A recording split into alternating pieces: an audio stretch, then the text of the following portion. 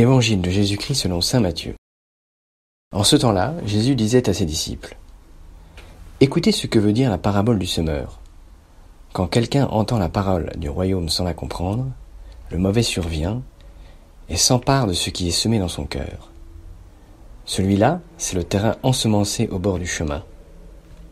Celui qui a reçu la semence sur un sol pierreux, c'est celui qui entend la parole et la reçoit aussitôt avec joie, mais il n'a pas de racine en lui, il est l'homme d'un moment. Quand vient la détresse ou la persécution à cause de la parole, il trébuche aussitôt. Celui qui a reçu la semence dans les ronces, c'est celui qui entend la parole, mais le souci du monde et la séduction, de la richesse étouffent la parole, qui ne donne pas de fruit.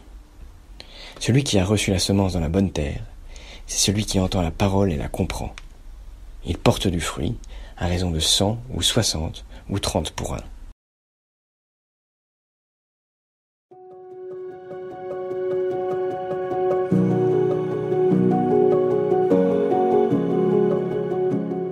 Jésus explique aujourd'hui à ses disciples la parabole du semeur que nous avons entendue avant-hier.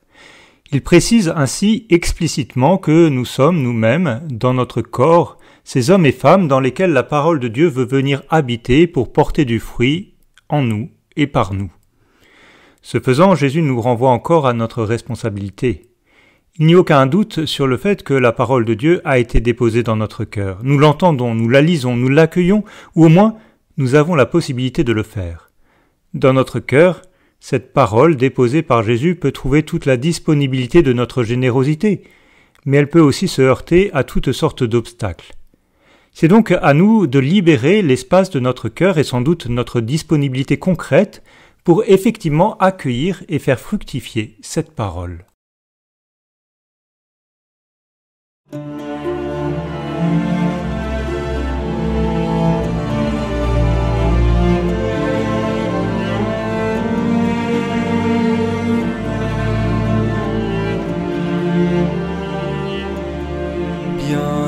Bienheureux qui m'écoute et se met à mon école, lui qui garde jour et nuit ma parole. Bienheureux qui me suit, bienheureux le vrai disciple, le royaume des cieux est à lui. Bienheureux tous les pauvres de cœur, le royaume est à eux. Bienheureux les humbles et les doux, car